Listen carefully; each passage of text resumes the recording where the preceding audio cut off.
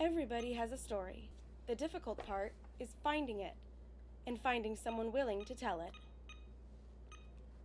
After 8 no's, 2 answering machines, and 4 disconnected phones, I found my story. And this is where my story was hiding, in Zionsville, Indiana, with landlord Barb Getty. Barb Getty knows tragedy.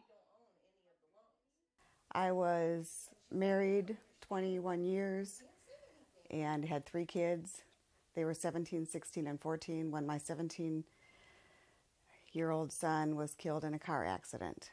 And his sisters were 16 and 14, and sadly, my marriage ended about 8 months later. And it was through tragedy that she became a new woman with a new career path. Had to find a little house that my girls and I could live in, and there wasn't much I could afford. So I bought this place, which needed a lot of work, mostly cosmetic. So I fixed that up, and then my friends started saying, "Barb, you should do this. You should buy dumps and fix them up and flip them." But I had a friend who was a CPA, and she said, you need income. Why don't you buy something, fix it up, and see if you have the wherewithal to be a landlord? In 20 years of being a landlord, Getty has bought, flipped, and rented out more than 20 low-cost properties in downtown Indianapolis. And with so much experience renting to low-income tenants, she has enough stories to write a book.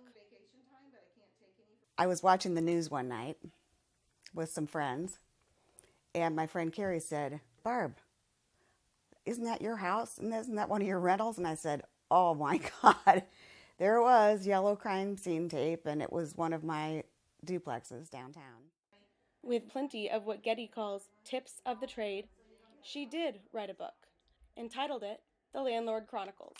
Because when I started out, I read the books. I did my research, I did my homework, I read books, but what I found after starting this business was the books didn't tell you everything you needed to know. My book tells the truth. It's got some really funny and bad stories in it.